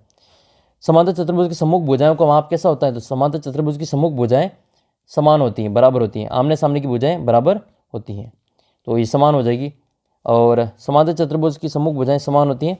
पतंग क्या है, तो पतंग एक प्रकार का चतुर्भुज है। पतंग क्या होता है, एक प्रकार का चतुर्भुज होता है, इस प्रकार की आकृति बनती है, इसको हम पतंग कहते हैं। और ये एक चतुर्भुज है, 4 भुजा इसमें होती है, तो हम क्या करेंगे, इसको चतुर्भुज करेंगे। और एक आयत चतुर्भुज है, तो आयत के सभी विकर्ण कहाँ होते हैं, आयत के सारे विकर्ण अंदर होते हैं। तो जिस चतुर्भुज के विकर्ण अंदर होते हैं उसको हम उत्तल कहते हैं। आयत के विकर्ण अंदर होते हैं तो उसको हम उत्तल चतुर्भुज कहते हैं। इसका उत्तर करेंगे उत्तल। मान लो इसके बाहर विकर्ण जा रहे हैं, ऐसी कोई आकृति जिसके विकर्ण है जो बाहर जा रहे हैं, जैसे ये वाली आकृति, इसका विकर्ण बाहर बनेगा जी अवतल बहुभुज हो जाएगा। जिसके विकर्ण बाहर होते हैं वो अवतल होता है, जिसके विकर्ण अंदर होते हैं वो उत्तल होता है, याद रख लेना इसको। तो ये आपके क्वेश्चन जो दिया था वो उसमें रिक्त स्थान वाला था, इसमें आपकी इस प्रकार से क्वेश्चन पूछा था। अगला जो मॉडल पेपर में आपके सवाल था ये 2023 में कि एक वर्गाकार खेत का जो क्षेत्रफल है वो 2304 वर्ग मीटर है। तो वर्गाकार क्षेत्रफल की जो भुजा ज्ञात करनी। अब देखो वर्गाकार खेत का क्षेत्रफल 2304 मीटर है। भुजा ज्ञात करनी तो भुजा का स्क्वायर बराबर कितना हो जाएगा 2304। भुजा ज्ञात करनी तो इसका स्क्वायर हटाएंगे इधर से, इधर ये अंडर रूट लग जाएगा। यानी कि हमें क्या करना है 2304 का वर्गमूल ज्ञात करना है। 2304 का वर्गमूल आपको याद तो नहीं है, फिर आपको ऐसे निकालना पड़ेगा इधर। तो 2 का भाग देंगे तो इस प्रकार से संख्या निकलेगी ये, और फिर 2 2 के जोड़े बनाएंगे और एक एक बार लिखेंगे। तो 2 2 2 2 2 2 2 2 और 3 3 का जोड़ा बनेगा। तो इसमें जितने बार है उसका आधा बार लिखेंगे, 1 बार 2 बार 3 बार 4 बार और 5 बार। तो हम 5 बार इन संख्या को यहाँ पे लिख लेंगे। 1 2 3 4 5 को लिख लिया, फिर सबको गुणा करेंगे तो इसका उत्तर कितना आ जाएगा 48 आ जाएगा। यानी कि ये जो संख्या दे रखी है 2304 ये आपके 48 का वर्ग है। तो इसमें वर्गमूल निकालना था तो इसका उत्तर आपके 48 आ जाएगा। अब पेपर में क्या पूछा था उसको देख लेते हैं। पेपर में सवाल था कि एक विद्यालय में 1849 विद्यार्थी हैं। पीटी अध्यापक उन्हें एक स्तंभ एवं पंक्ति स्तंभ के रखना चाहती है। तो पंक्तियों की संख्या जो स्तंभ की संख्या के बराबर हो तो पंक्तियों की संख्या आपको ज्ञात करनी है। तो आपको क्या करना है इसमें वर्गमूल ही ज्ञात करना है, ठीक है। ये 1849 का आपको वर्गमूल निकालना है तो 1849 का क्या करना है स्क्वायर रूट करना है। उसमें भी सेम सवाल था, वर्गमूल ही ज्ञात करना था, इसमें भी आपके वर्गमूल ही ज्ञात करना है। तो सेम सवाल आपके यहाँ पे पूछा गया है। तो हमें क्या करना है 1849 का आपको वर्गमूल ज्ञात करना है। पंक्तियों की संख्या और स्तंभों की संख्या का जो गुणनफल है वो आपकी कितना दे रखा है वो बराबर है। तो ये इनका गुणा करेंगे तो ये इसके बराबर आ जाएगा। एक्स का मान ज्ञात करने के लिए अंडर रूट करेंगे तो ये अंडर रूट करेंगे 1849 को तो ये 43 का वर्ग हो जाएगा। तो इसका वर्गमूल कितना आएगा 43 आ जाएगा। तो इसका आंसर आपके 43 ऐसे लिख लेना है। अगला सवाल ये कि घातांक नियमों का प्रयोग करते हुए इनका मान लिखना है। 3 की घात 0, 4 की घात 0, 5 की घात 0 और फिर इसका इन्वर्स करना -1 करना है। तो किसी भी संख्या की घात 0 होती है तो ये तो आपको पता ही होगा, मैंने आपको कितनी बार बता दिया कि 17 की घात 0 का उत्तर कितना आता है 1 ही आता है। किसी भी संख्या की घात 0 कर दो उसका उत्तर 1 ही आता है सिवाय 0 को छोड़ के। ऐसा मत कहना कि सर 0 की घात 0 का उत्तर कितना होता है, ये हम नहीं बता सकते, ये अनिर्धारित रूप कहते हैं। जब आप बड़ी क्लास में जाओगे 11th क्लास में तो वहाँ पर इस प्रकार की संख्या आप वहाँ पर देखने को आपको मिलेगी कि क्या 0 की घात 0 कितना होता है। 1 की घात 1 तो हमें पता है कि 1 ही होता है और 1 की घात 2 का मतलब भी 1 ही होता है, लेकिन 0 की घात 0 वो कितनी होती है वो हमें नहीं पता है। तो इसको हमें अनिर्धारित रूप में जाना जाता है। तो इसका योग करके फिर आपको इसका p की माइनस में घात है उसको प्लस में बदलने के लिए 1 के बटा में ले जाएंगे। फिर ये सेकंड वाला है, ये आपके आधा समानुपात पे घात में भाग में घातें घट जाती हैं। तो ये 2/3 की घात ये 5 और ये 3, तो 5 में से 3 को घटाएंगे 2 बचेगा। तो 2 की घात 2 4 हो जाएगा और 2 की घात 3 3 की घात 2 आपके 9 हो जाएगा। तो 4/9 उत्तर आएगा। ये तो आपके मॉडल पेपर था। अब हम इसका रियल पेपर में क्या आया था क्वेश्चन वो देख लेते। रियल पेपर में घातांक वाली प्रश्नावली से आया था कि इसका मान ज्ञात कीजिए। तो इनको हम क्या करेंगे, ये माइनस में है तो इसको प्लस में बदलने के लिए इनको बदल देंगे। 1/2 को 2/1 लिख लेंगे, 1/3 को 3/1 लिख लेंगे और स्क्वायर कर देंगे। 1/4 को 4/1 लिख के स्क्वायर कर देंगे। 2 का स्क्वायर 3 का स्क्वायर 4 का स्क्वायर करेंगे तो 2 का 4 3 का 9 4 का 16 जोड़ेंगे तो 29 उत्तर आ जाएगा। इसका सेकंड सवाल आप कीजिए कि एक कागज़ की मोटाई 0.08 mm है, ऐसे 25 कागज़ की कॉपी की मोटाई ज्ञात करनी। तो कुछ नहीं करना आपको 0.08 को आपको गुणा करना है 125 से। तो इसका उत्तर आ जाएगा आपके 10 mm। इसकी उत्तर मोटाई मीटर में निकालनी है। तो मीटर में निकालनी है तो फिर इसमें 1000 का इसमें भाग दे देंगे इसमें। तो 10 में फिर 1000 का भाग दे देंगे तो इसका आंसर आ जाएगा आपके 10 × 10 की घात -3। नेक्स्ट फिर आपके दो संख्याओं के बीच में आपको 4 परिमेय संख्या ज्ञात करनी, उसको संख्या रेखा पे प्रदर्शित करना है। ये तो आपके मॉडल पेपर में था क्वेश्चन। सेम क्वेश्चन वापस आपके परीक्षा में भी पूछा गया था कि परिमेय संख्या आपकी दे रखी है 3/5 और 4/9, इसके बीच की 4 परिमेय संख्या ज्ञात करनी है। लेकिन इसको आपके सिलेबस से हटा दिया तो इसको हम यहाँ पे नहीं करेंगे। अगला सवाल ये वाला है कि बैंक सामान्यतः चक्रवृद्धि ब्याज के आधार पर ऋण उपलब्ध करवाता है। राधेश्याम बैंक से 10,000 रुपये 3 वर्ष के लिए लेता है। प्रत्येक वर्ष पर लगने वाला ब्याज और प्रतिवर्ष जमा करने वाली राशि निम्न प्रकार दी गई है। तो आपको ये बताना है कि राधेश्याम का मूलधन कितना है। तो पहले साल में जो ब्याज है उसको हम मिश्र धन में से घटा लेंगे तो आपका मूलधन हो जाएगा। तो मूलधन कितना आएगा आपके, ये मिश्र धन तो हो गया, ब्याज सहित तो कितना है आपके 11,000 रुपये। 11,000 रुपये में से हम ब्याज को घटा देंगे तो ये ब्याज को घटाएंगे तो इसका मूलधन आ जाएगा आपके 10,000 रुपये। सेकंड वाला, यदि राधेश्याम किसी कारण 3 वर्ष में नहीं चुकाता है तो चौथे वर्ष में लगने वाली ब्याज की राशि ज्ञात कीजिए। तो तीसरे वर्ष का मिश्र धन कितना होगा आपके 1331 हो जाएगा। तो 13,310। तो 13,310 का आपको जो चौथे वर्ष का मूलधन है वो आपको ज्ञात करना पड़ेगा। दर कितनी हो जाएगी, दर ज्ञात करने के लिए जो पहले वर्ष का मूलधन है ब्याज है और उससे दर ज्ञात करें तो 10% आ जाएगी। तो अब चौथे वर्ष का जो ब्याज ज्ञात करेंगे तो ये 13,310 रुपये 10% के हिसाब से कितना ब्याज बनेगा वो ब्याज बन जाएगा आपके 1331 रुपये। इसी प्रकार से तीसरा प्रश्न है कि राधेश्याम चौथे वर्ष के उपरांत कितनी राशि बैंक में जमा करवाएगा। तो 13,310 रुपये तो उसमें टोटल हो जाएंगे, और चौथे वर्ष का ब्याज कितना आ जाएगा आपके, वो 1331 हो जाएगा। तो 14,461 रुपये 41 रुपये इसमें टोटल वो जमा करवाएगा। अब ये तो आपके पेपर में था, और मॉडल पेपर में क्या था वो क्वेश्चन। मॉडल पेपर में आपके ये था कि 10,000 रुपये 2 वर्ष के लिए 10% की वार्षिक चक्रवृद्धि ब्याज की शर्त पर लेते हैं।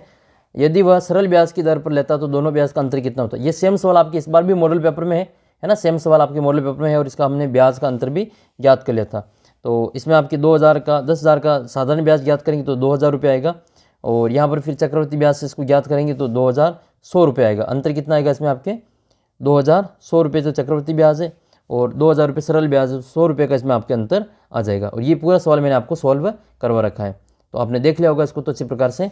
अब वहाँ पर आपके उसमें सेम टू सेम क्वेश्चन पूछे चक्रवर्ती का, इस बार भी ऐसा ही क्वेश्चन आपके आएगा। अगला सवाल ये है कि दो संख्याओं का योग 95 है। अगर पहली संख्या दूसरी संख्या से आपके 15 अधिक है तो दोनों संख्या ज्ञात करनी है। तो पहली संख्या x है तो दूसरी संख्या x + 15 हो जाएगी। तो दोनों की जोड़ कितनी हो जाएगी आपकी 95 हो जाएगी। दोनों की जोड़ करेंगे तो x और x 2x हो जाएगा। 15 इधर है, इधर आएंगे तो माइनस में चले जाएंगे। तो 95 में से 15 जाएंगे तो 80 बचेंगे। तो 2x = 80।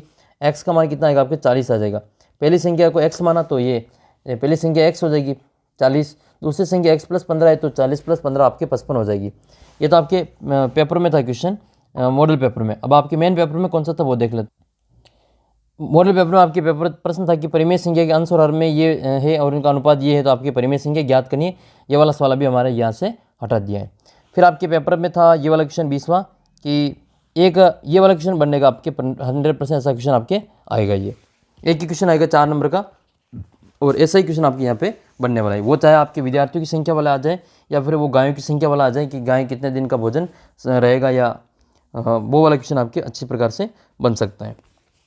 एक मिठाई से भरे हुए डिब्बे की मिठाई यदि 24 बच्चों में बांटी जाए तो प्रत्येक बच्चे को 5 मिठाइयाँ मिलती हैं। 24 वाले को 5, 24 बच्चों में बांटे तो प्रत्येक को 5 मिलती हैं। 4 बच्चे यदि लेने से मना कर दें, कि 24 में से 4 लेने से मना कर दें, तो फिर बच्चों को कितनी कितनी मिठाइयाँ आएगी। ऐसा क्वेश्चन आपके बना था 2023 में। तो बच्चों की संख्या आपकी 24 हो जाएगी, और कितने आ रही, प्रत्येक के 5 आ रही है। अब मान लो 24 में से 4 मना करें तो कितने बचेंगे, 20 ही बचेंगे। अब 4 कम हो गए तो अब मिठाई की जो संख्या वो बढ़ जाएगी, 5 की जगह ज़्यादा मिठाई आपको मिलेगी यहाँ पे। तो इसका उत्तर आपके 5 से तो ज़्यादा ही आएगा, क्योंकि बच्चे कम होने पर जो बच्चे की मिठाइयाँ वो अधिक होगी। तो अगर बच्चे कम है तो मिठाइयाँ ज़्यादा मिलेगी, है ना। तो फिर आपकी ये प्रतिलोम अनुपात है। कैसा अनुपात है ये, प्रतिलोम अनुपात है। तो x1/x2 बराबर इसको प्रतिलोम क्या हो जाएगा, y2/y1 कर देंगे। तो x1/x2 ये तो वैसे ही लिखेंगे, ये x1 y1, ये x1 x2, और ये y1 और y2 मान लिख लेंगे। इसमें x1 का मान 24 है और x2 का मान 20 है। y1 का मान कितना है 5 है, और y2 का मान इसमें y है, तो y/5 हो जाएगा। इसको क्रॉस कर गुणा करके कर लेंगे तो 4 के बार से काटेंगे, ये 6 बार कटेगा, और ये कटेगा आपके 5 बार। फिर हम इसको क्रॉस गुणा कर देंगे, 6/5 बराबर y/5, 5 से 5 कट जाएगा, ठीक है। तो y बराबर कितना हो जाएगा 5 × 6/5, 5 से 5 कटेगा। तो अब मिठाइयाँ कितनी मिलेगी, 6 मिठाइयाँ मिलेगी। पहले 5-5 ही मिल रही थी, 24 बच्चे थे। अब 4 बच्चों ने मना कर दिया तो मौज हो गई इनकी, तो कि 5 की जगह उनको तो कितनी मिलेगी, 6 मिलेगी। कोई बात नहीं, तुम मत लो 4 बच्चों, हम ले लेंगे एक एक मिठाई तुम्हारी ज़्यादा, लेकिन हम आपसे तो ज़्यादा ही लेंगे। यहाँ पे आप जो मिठाइयाँ हैं वो 4 बच्चे नहीं लेंगे, तो आपकी मिठाइयाँ एक एक बढ़ जाएगी। तो 5 की जगह कितनी बनेगी, 6 मिलेगी। मॉडल पेपर में ये दे रखा था कि माल से लदा हुआ ट्रक यातायात नियमों का पालन करते हुए 25 मिनट में आपके 14 किलोमीटर चलता है। तो अगर वही चाल रहे तो ये कह रहे हैं कि 5 घंटे में कितनी दूरी तय करेगा। तो वही सवाल जो आपके ऊपर वाला सवाल कराया था, सेम टू सेम इसी प्रकार का है, तो उसको कर लेना था। नेक्स्ट फिर आपकी निबंधात्मक प्रश्न था, ये बहुभुज वाला सवाल था। ये प्रश्न आया था आपके निबंधात्मक में, तो वहाँ पर भी आपके निबंधात्मक में सेम क्वेश्चन आपके पूछा गया था, ठीक है। ये जो आपके सूत्र वाला है ये वाला सवाल, ये सेम टू सेम आपको वहाँ पर भी पूछा गया था। तो ये अगर आपके मॉडल पेपर में दे रखा तो ऐसा ही क्वेश्चन आएगा।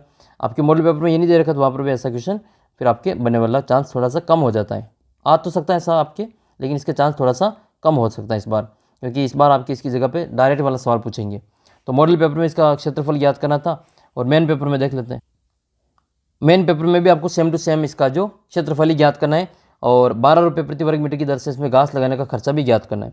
तो पहले सभी का क्षेत्रफल ज्ञात करेंगे और फिर लास्ट में इसको 12 से गुणा कर देंगे। तो जैसे इसको क्षेत्रफल कैसे ज्ञात करते हैं, इसमें आकृति देखते हैं। जैसे ये त्रिभुज है, ये क्या है, एक त्रिभुज है। तो त्रिभुज का क्षेत्रफल का सूत्र लगाएंगे।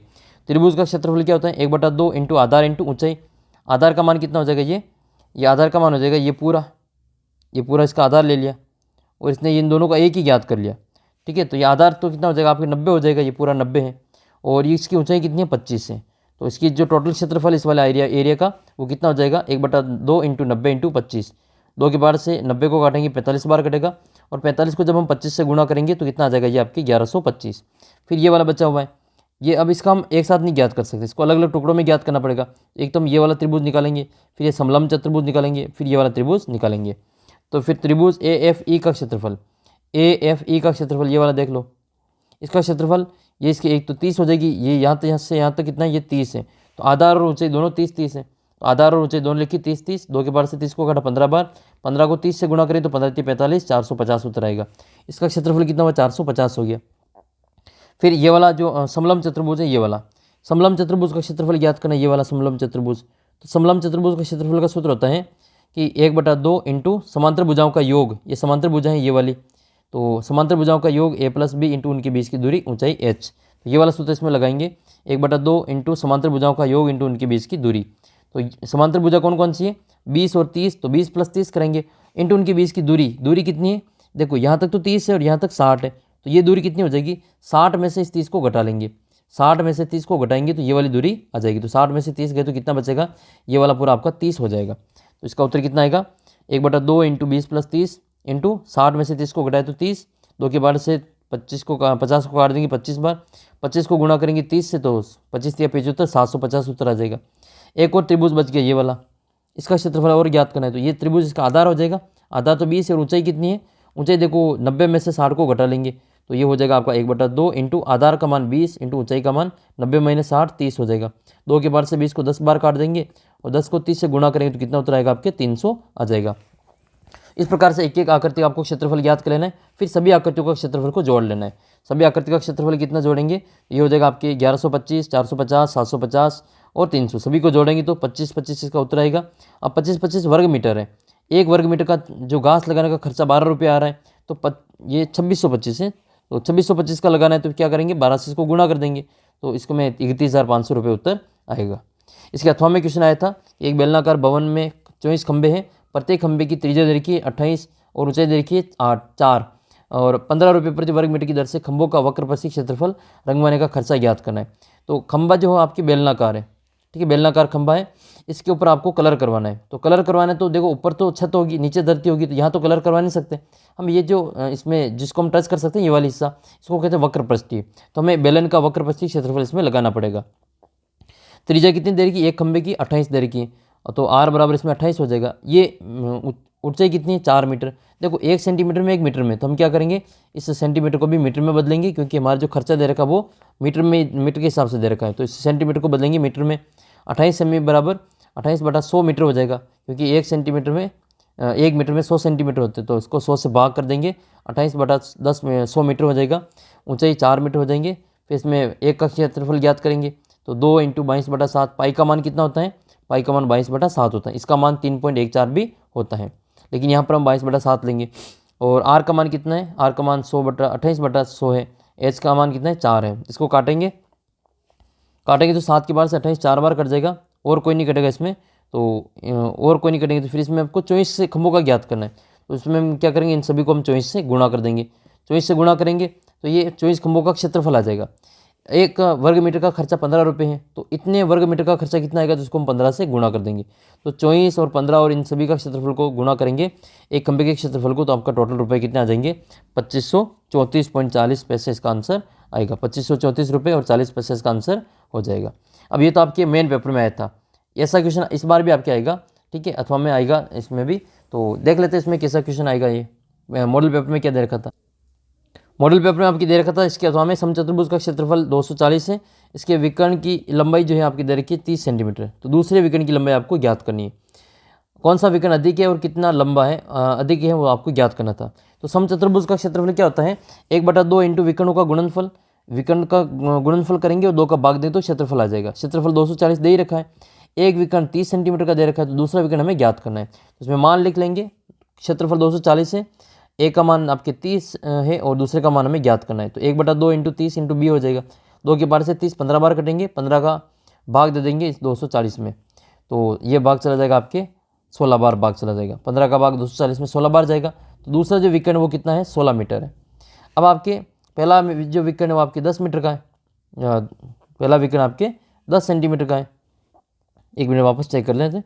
पहला जो विकर्ण है इसकी लंबाई 30 सेंटीमीटर है और दूसरा आपके 16 सेंटीमीटर। तो बड़ा कौन सा हुआ, पहला बड़ा हुआ कि दूसरा? तो इसमें हम यह लिखेंगे कि दूसरा वाला जो विकर्ण है वो छोटा है और पहला वाला विकर्ण बड़ा है। तो पहला विकर्ण कितना हो जाएगा, 30 है, तो दूसरा आपके 16 है। अंतर कितने का है, तो 14 का अंतर इसमें आ जाएगा। फिर आपके ये सेम क्वेश्चन आएगा, देखिए जो मॉडल पेपर में दे रखा था कि बीजीय व्यंजक के गुणनखंड कीजिए। 4 में से आपको 2 ही करना है, वो 3-3 नंबर का था और 6 नंबर का आएगा। लेकिन इस बार आपके 2-2 नंबर के 4 आएंगे, 2-2 नंबर के 4 आएंगे। 2 प्लस 2 प्लस 2 ऐसा करें तो 8 आएंगे, और या तो ऊपर वाले 8 करने ये, या फिर इसके नीचे वाले 8 करने। तो यहाँ पर ये तो आपके इस बार भी आएगा, तो उसको हम सोल्व कर लेते हैं। 4p² माइनस 9q², तो ये 4p² माइनस 9q² है। तो 4 को 9 को हम 2 और 3 की घात के रूप में लिख सकते हैं। 4 को लिख सकते हैं 2 की घात 2 और 9 को लिख सकते हैं 3 की घात 2। तो 4p² को हम क्या लिख सकते हैं, 2p का होल स्क्वायर, और 9q को क्या लिख सकते हैं, 3q का होल स्क्वायर लिख सकते हैं। ये सूत्र हो जाएगा a² माइनस b²। तो a का मान आपके 2p है और b का मान आपके 3q है। तो 2p प्लस 3q और 2p माइनस 3q, ये इसका उत्तर हो जाएगा। इसको सोल्व करना है, x² minus plus 6x plus 8। तो ये कर लेते हैं, इसमें से 6 को टुकड़े में बांट देंगे, तो 4 और 2 लिखेंगे, जिनको गुणा करने पर 2 6 आए, 8 आए और जोड़ने पे 6 आ जाए। तो 4 और 2 6, 4 दूनी 8 हो जाएगा। x इसमें से कॉमन निकाल लेंगे, x प्लस 4 बचेगा। x 2 कॉमन निकालें तो x प्लस 4 बचेगा। x प्लस 4 x प्लस 2 इसके उत्तर हो जाएंगे। इसी प्रकार से ये चौथा वाला है कि a4 और माइनस b4, तो इसका हो जाएगा a² का होल स्क्वायर माइनस b² का होल स्क्वायर। ये a² माइनस b², इसको हम a plus b minus b में लिखेंगे। तो a प्लस कितना हो जाएगा, a² प्लस b², और a माइनस कितना होगा, a² माइनस b²। वापस इसका सूत्र बन जाएगा, तो ये इसका सूत्र हो जाएगा a² प्लस b²। ये तो सेम टू सेम आएगा, फिर ये a plus b minus b आ जाएगा। ऐसा सवाल में हमने अभी थोड़ी देर पहले किया था, x की घात 4 माइनस मान लो 81 वाला सवाल है, वो सेम टू सेम इसी प्रकार का सवाल है। तो ये वाला अपने को यहाँ पे कर लेना है। यहाँ पर वाला ये वाला है सेकंड, ये देख लेते हैं x² वाला। तो इसमें से कॉमन निकालेंगे हम, x कॉमन निकालेंगे, बचेगा क्या हमारा x प्लस 8 बचेगा। इधर क्या कॉमन निकालेंगे, y कॉमन निकाल लेंगे, तो यहाँ क्या बच जाएगा y, तो इधर बचेगा आपका x प्लस 8। x प्लस 8 को एक कोष्टक में बंद करेंगे, x प्लस 8, और दूसरा है आपके x प्लस y हो जाएगा। ये इसका उत्तर लिख लेना। आसान सा सवाल है, 8 में से 8 नंबर इसमें पूरे में से पूरे ला सकते हैं। और इसके जो अथवा में सवाल दे रखा था, अच्छा इसमें अथवा में नहीं था, आपके यही करना था, कोई 4 में से कोई 2 करने थे, और 3-3 नंबर के तो 6 नंबर के थे। इस बार आपके 8 नंबर के आएगा। ये परीक्षा में क्या आया था, परीक्षा में आपको यही पूछा गया था कि 2 के गुणनखंड कीजिए। तो गुणनखंड आपके ये वाला आया था, ax plus by minus by minus ay। तो इसको आपको पुनर्व्यवस्थित करेंगे, तो इसमें एक साथ लिख लेंगे कि आपको 2 केस में करने। तो मैं आपको सरल वाला बताता हूँ, जो आपके आप भी कर सकते हो, परीक्षा में आने लायक है। ये वाला परीक्षा में आ सकता है, y² माइनस 7y और प्लस में 12 के टुकड़े करने, जिनको जोड़े घटाए तो 7 आ जाए। तो 3 इंटू 4 करेंगे, 3 चौक 12 होते, 3 और 4 7 हो जाएंगे।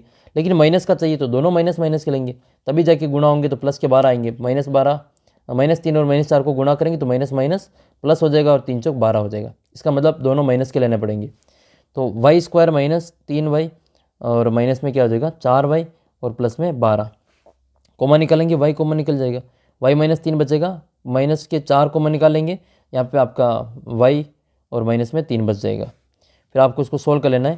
तो y माइनस 3 को एक कोष्टक में रखेंगे और y माइनस 4 को दूसरे कोष्टक में बंद कर देंगे। बस ये इसका आंसर हो जाएगा। देखो ये कर रखा है, ये सेम टू सेम आपके यहाँ पे। एक और है इसमें आपके इंपॉर्टेंट वाला, ये वाला p² माइनस 16 वाला। ये भी थोड़ी देर पहले उसमें किया था, वही वाला सवाल है ये। वहाँ पे a की घात 4 माइनस b की घात 4 था। ये वही सवाल है, सेम टू सेम। देखो लाइन टू लाइन क्वेश्चन हूबहू आपके मिल रहे हैं। तो p की घात 4, ये जो आपके 16 है वो भी आपके 2 की घात 4 के रूप में है। तो p की घात 4 माइनस 2 की घात 4, सेम जैसे ये सवाल है वैसे ये सवाल है। तो उसको लिखेंगे p की घात 2 और उसकी घात 2। 16 को क्या लिख सकते हैं, 4 की घात 2। गलत लिखा हुआ है, ये 4 की घात ये 2 है। तो ये एक सूत्र बनेगा आपके a² माइनस b²। इसको क्या लिख सकते हैं, a प्लस बी और a माइनस बी। तो a का मान आपके p², तो यहाँ p² लिखेंगे, प्लस b का मान 4 है, तो यहाँ पे 4 लिखेंगे। फिर दूसरा p² माइनस 4 लिख लेंगे। अब p², तो इसमें 4 को वापस 2 के स्क्वायर में लिख सकते हैं। तो ये p² प्लस 4 तो वैसे वैसे रहेगा। इधर आपके ये हो जाएगा p की घात 2 माइनस 2 की घात 2। ये स्क्वायर माइनस बी स्क्वायर वापस बन गया है, तो p की घात 2 प्लस 4 कोष्टक p प्लस 2 और p माइनस 2। जैसा वहाँ पे सवाल किया था वो का वही सवाल वापस यहाँ पे पूछ लिया है। और ये आपको रचना वाली जो प्रश्नावली वो तो आपके सिलेबस से हटा दिए। फिर आपके ग्राफ पूछा था, ये वाला ग्राफ तो इस बार भी आएगा आपके सेम टू सेम ग्राफ, तो 10 नंबर या 8 नंबर का ग्राफ पूछा जाएगा। उपयुक्त पैमाने का प्रयोग करते हुए समय और दूरी में आंकड़ों में ग्राफ का आलेख खींचना है। तो ये कितना हो जाएगा आपके, समय दे रखी तो उसको एक्स अक्ष पे ले लेंगे और दूरी दे रखी इसको हम वाई अक्ष पे ले लेंगे। कितना कितना गैप रखेंगे, एक्स अक्ष पे कितना आएगा, एक एक ही अंतर है तो एक एक ही गैप ले लेंगे। और वाई अक्ष पे कितने का अंतर है, 20 40 60 80 20 का अंतर है। तो देखो वाई अक्ष पे एक्स अक्ष पे 1 सेमी बराबर 1 घंटा, 1 सेमी बराबर 1 घंटा ऐसे लिखेंगे। वाई अक्ष पे 1 सेमी बराबर 20 किलोमीटर, ये दूरी किलोमीटर में दे रखी है, यहाँ पे लिखना है किलोमीटर। देखो ग्राफ के यहाँ पे 8 नंबर मिलेंगे, तो 8 नंबर में आपके इसका 2 नंबर है, ठीक है। पैमाना नहीं लिखोगे तो आपके 2 नंबर कट जाएगा, इसलिए पैमाना लिखना है वहाँ पे ज़रूरी है। पैमाना लिखोगे तो 2 नंबर पैमाने के मिलेंगे आपको। तो क्या करना है, क्या पैमाना एक्स अक्ष पे 1 का अंतर है और वाई अक्ष पे 20 का अंतर है। एक्स अक्ष पे 1 सेमी बराबर, ये फिक्स है, 1 सेमी बराबर में यहाँ पे जो भी आएगा उसको मान लिख लेंगे। 1 सेमी बराबर में जो भी नाम आएगा उसको यहाँ पे लिख लेंगे। ये ग्राफ बन जाएगा, ये एक्स अक्ष है और ये वाई अक्ष है। तो 1 2 3 4 5 6 7 8 ये एक एक का गैप है, इधर 20 का गैप है, 20 40 60 80 100 120। अब यहाँ पे क्या करना है, ग्राफ खींचना है, तो ये 20 पे कितना है, 1 है, तो 1 पे 20 हो जाएगा। 1 घंटे में 20 किलोमीटर, 2 घंटे में 40, 3 में 60, 4 में 80। इस प्रकार से आपको इसका ग्राफ खींच लेना है, बस यही ग्राफ है इसका। और इसके आपको 8 नंबर मिलेंगे, इसके कितने नंबर मिलेंगे, 8 नंबर। इतना सा काम करना है ये, और इसका आपको 8 नंबर छाप के आने हैं वहाँ पे। तो ये आपके पेपर में आया था, और मॉडल पेपर में क्या दे रखा था वो भी देख लेते हैं। मॉडल पेपर में दे रखा था आपके जमा धन और साधारण ब्याज वाला, ठीक है। जमा धन और साधारण ब्याज वाला, इसमें ये दे रखा है कि धन जो है 1000 रुपये, 2000 3000 4000 5000 ये एक्स अक्ष पे ले लेंगे। और ब्याज कितना आ रहा है, 80 रुपये, 160 रुपये, 240 रुपये, 320 रुपये और आपके 400 रुपये। तो इसमें एक्स अक्ष पे तो आ जाएगा आपका जमा धन, मूलधन आ जाएगा ये, और ब्याज आ जाएगा वाई अक्ष पे। तो इसको हम देखो एक्स अक्ष पे कितने कितने का अंतर है, 1000 का है, 1000 2000 3000 4000 ऐसे ले लेंगे। तो पैमाना क्या लिखेंगे, एक्स अक्ष पे पैमाना क्या आएगा, 1 सेंटीमीटर बराबर 1000 रुपये। पैमाना इस प्रकार से लिखना आना चाहिए आपको, 1 सेंटीमीटर बराबर 1000 रुपये। और वाई एक्स पे कितने कितने का है, 60 120, ये 80 160 240, इसमें 80 का अंतर है। तो वाई एक्स पे ले लेंगे हम, वाई एक्स पर 1 सेंटीमीटर बराबर कितने का अंतर है, 80 का अंतर है, तो आपको 80 ले लेना है यहाँ पे। तो 80 का अंतर आपको यहाँ पे लिख लेना है। फिर आपको इसको ग्राफ खींचेंगे तो इस प्रकार से आपका ये पूरा ग्राफ बनेगा, पूरा ये इस प्रकार से ग्राफ बनेगा। 1000 रुपये इधर लिखना है, ये 2000 3000 5000 10000 5000 तक लिख लेना है। फिर इधर ब्याज लिखना है 80 160 240 320 400, इस प्रकार का आपके वहाँ पे ग्राफ भी दिया जाएगा आपको। तो 1000 को आप यहाँ लिखना है, और इसका ब्याज 80 रुपये, 2000 का ब्याज 160 है, 3000 का आपके 240, 4000 का आपके 320, 5000 का आपके 400 रुपये। अब आपको बताना है कुछ प्रश्नों के उत्तर, ये सबको मिला के यहाँ पे सबकी बिंदु लगा देंगे यहाँ पे। ये वाला काम नहीं करना आपको, ये वाला आपको केवल ये सीधी लाइन ही खींचनी है, ये वाली लाइन खींच लेनी है। क्या ये सीधी लाइन मिल रही है, तो हाँ ये बिल्कुल आपकी सीधी लाइन मिल रही है। क्या ये मूल बिंदु से जा रही है, तो हाँ ये मूल बिंदु से जा रही है, क्योंकि ये इधर से भी जीरो से इधर से भी जीरो से कटेगी, तो इसको मूल बिंदु से गुजार देंगे। तो कुछ प्रश्नों के उत्तर पूछे गए थे, आपको उनका जवाब देना है। तो क्या यह मूल बिंदु से गुजरता है, तो हाँ आलेख ये मूल बिंदु से गुजरता है। दूसरा प्रश्न है कि आलेख के आधार पर 2200 रुपये का ब्याज कितना होगा, तो 2500 रुपये का, 2200 नहीं 2500 का। तो 2500 किसके बीच में आएंगे, ये 2000 और 3000 के बीच में आएंगे। तो ये वाली लाइन बता देनी है बीचों बीच। और इधर क्या हो जाएगा आपके 240 और 200 के बीच में, 240 और 200 के बीच में क्या आता है, 220 आता है। तो इसका उत्तर कितना हो जाएगा आपके 220 उत्तर हो जाएगा। तो इसका ब्याज कितना आएगा, 220 रुपये इसका ब्याज आ जाएगा। तो ये आपके 2023 का अपने में मॉडल पेपर भी बता दिया मैंने आपको, और 2024 का पेपर कैसा आया था वो भी मैंने आपको बता दिया है। अब मैं आपको 2024 का पेपर बता देता हूँ, मॉडल पेपर कैसा है वो, और आपका 2024 का जो मेन पेपर वो कैसा आने वाला। ये पूरा पेपर मैंने आपके 2024 का जो मॉडल पेपर बोर्ड ने जारी किया था वो मैंने पूरा आपको करवा रखा है, और आपने ये पेपर देख भी लिया होगा। अगर इसको नहीं देखा है तो इसका लिंक मैं आपको इसी वीडियो के नीचे डिस्क्रिप्शन बॉक्स में दे रहा हूँ, आप वहाँ से इसको क्लिक करके देख लेना। और आपके जो 80 में से 80 नंबर आपके पेपर में मिलेंगे, हूबहू आपके 100% ये का ये पेपर आपके वहाँ पे मिलेगा। केवल नंबर चेंज होंगे, बाकी सवाल करने का तरीका सेम टू सेम आपके पेपर पूछा जाएगा। जैसे मैं आपको कुछ क्वेश्चन बताता हूँ। जैसे ये पहला प्रश्न है कि 2/7 को हम 0 से गुणा करेंगे तो कितना आएगा, तो आपके 0 आ जाएगा। और इसको 1 से गुणा करें तो वही नंबर आएगा, बस ये नंबर पूछ लेंगे अंतर चेंज करके। इसमें बायां पक्ष पूछे तो तुम्हारे दायां पक्ष पूछेगा यहाँ पे, क्या पूछेगा वहाँ पे, दायां पक्ष पूछ लेगा, या फिर इस समीकरण को हल करने का मान। अच्छा, इसमें मैंने मिस्टेक कर दी थी कि 3x - 1 है, ये इसका उत्तर होगा, 3x - 1 होगा इसका उत्तर। कई बच्चों ने कमेंट करके बताया कि इसमें आपने मिस्टेक कर दिया। हाँ बिल्कुल सही बात है, ये मिस्टेक हो गई, तो उसके लिए सॉरी। अब हम अगला देखते हैं। अच्छा, पक्षांतरण का नियम आपको आना चाहिए कि प्लस को इधर ले जाएंगे तो माइनस आता है, माइनस का प्लस होता है, और गुणा का भाग होता है, और भाग का गुणा होता है। वर्ग का प्रत्येक कोण पूछा है तो आपको आयत का पूछ लेंगे, आपको त्रिभुज के तीनों कोण का योग पूछ लेंगे, चतुर्भुज के चारों कोणों का योग पूछ लेंगे, कर लेंगे आप। 100% आपकी ये का पेपर आपको ऐसे ही दिखेगा। 9 का पूर्ण वर्ग पूछा है तो आपके 7 का पूछ लेंगे, या आप पूछ लेंगे कि ये 64 वो किसके वर्ग है, 64 का वर्गमूल ज्ञात कीजिए। आप बता देंगे 64 का वर्गमूल कितना होता है, कमेंट करके बताना, देखिए 64 का वर्गमूल कितना होता है। संख्या 5 का घन पूछा है तो 125 हो जाएगा। आपको ऐसे पूछ लेंगे कि 216 का घनमूल कितना होगा, 216 का घनमूल कितना होता है, ये आप कमेंट करके मुझे बताना। देखिए, अंकित मूल्य में से विक्रय मूल्य को घटाएंगे तो इसको क्या कहते हैं, बट्टा कहा जाता है, इसको क्या कहते हैं, बट्टा, डिस्काउंट कहा जाता है। ये क्वेश्चन तो सेम टू सेम छपेगा आपके, एक बीजी व्यंजक, एक पदी बीजी व्यंजक ये है, और आपके पूछेंगे वहाँ पे द्विपदी बीजी व्यंजक कौन सा है, तो ये देखो, ये द्विपदीय बीजी व्यंजक है, ये भी द्विपदी बीजीय व्यंजक है, ये वाला आपके त्रिपदी है। तो ये क्वेश्चन आपके हूबहू वहाँ पे छपेगा। मानक रूप में लिखना है तो मानक रूप में लिखना आना चाहिए, पॉइंट को यहाँ पे 3 और 5 के बीच में लाना है, इसके बीच में -5 है तो आपको उस घात -5 लगा लेनी है। ये सवाल पहली प्रश्नावली से आएगा, तो पहली प्रश्नावली के 2-3 ही सवाल है, उनके उत्तर याद कर लेना, वहाँ से आपके प्रश्न छप जाएगा। तो गुणन प्रतिलोम दे रखा है तो आपको योज्य प्रतिलोम पूछ लेंगे, ठीक है, योज्य प्रतिलोम भी पूछा जा सकता है। इसके अलावा आपके वितरण नियम और क्रम विनिमय नियम आपके बन सकता है। तो ये क्रम विनिमय नियम मैंने आपको यहाँ पे करवा रखा है, a × b = b × a होता है। हल ज्ञात करें समीकरण को, तो x एक तरफ ले जाएंगे और दूसरा बिना x वाला एक तरफ ले जाएंगे, x का मान इसमें 2 आ जाएगा माइनस के। घन का इकाई अंक ज्ञात करें तो आपके घनमूल पूछ लेंगे या वर्ग का इकाई अंक पूछ लेंगे, ठीक है, घनमूल पूछ लेंगे तो 3331 का घनमूल का इकाई अंक 1 हो जाएगा, और 7 का आपके 343 होते तो 3 हो जाएगा इसका। ये देखो, भारती के पास 15 पेन और मीनाक्षी के 45 है, तो इनका अनुपात ज्ञात करना था, तो 1:3 हो जाएगा। मैंने आपको पूछा था तारीख और चिराग के वजन का अनुपात कितना होगा, तो आपने कई सारे बच्चों ने इसका सही उत्तर दिया था, 30 का अनुपात और 35 का अनुपात हो जाएगा, तो 6 का भाग देंगे, 5 का भाग देंगे 6 बार जाएगा, और इसमें 7 बार जाएगा, 6:7 इसका आंसर होगा। ये सवाल सेम टू सेम छपेगा आपके, हूबहू यही पेपर आएगा, यही प्रश्न आएंगे, केवल आपके नंबर डिजिट चेंज हो जाएंगे। 10वीं प्रश्नावली का ये सवाल आएगा कि आधार समानों पे गातें जुड़ती हैं, और गुणा में जो आधार गाते सेम है तो उनको आधार को सेम गुणा में लिख लेते हैं। इसका उत्तर आपके AB की घात m हो जाएगा, ये बिल्कुल सही है। आधार का मान बताना है, घात का मान बताए, सत्य सत्य करना है, ये आपके सेम टू सेम क्वेश्चन करवा रखे हैं। रिक्त स्थानों की पूर्ति में आयत का प्रत्येक कोण समकोण होता है, उत्तल बहुभुज का कोई भी विकर्ण बहिर्भाग में नहीं होता है, पंचभुज का सभी अंतःकोणों का योगफल 540 होता है, और समांतर चतुर्भुज के विकर्ण एक दूसरे को समद्विभाजित करते हैं। मिलान करनी है 7 चौक 28, या 28 से इसको मिलान कर लेंगे, 2 और 8 को गुणा करें तो 16 ये मिल जाएगा, 3 और 4 को गुणा करें तो 12, तो ये इसका आंसर होगा, और 20 ये आपके 4 × 5 हो जाएंगे। यहाँ पर आपको पासे वाला सवाल देख लेना है, सम संख्या विषम संख्या अभाज्य संख्या यानी कि प्रायिकता कितनी होती है वो आपको याद होनी चाहिए। सभी के उत्तर सम विषम अभाज्य में 1/2 ही आते हैं, क्योंकि सम में कौन कौन सी आएगी, 2, 4 और 6 आएगी, और विषम में आपके 1, 3 और 5 आएगी, और अभाज्य में आपके 2, 3 और 5 आएगी।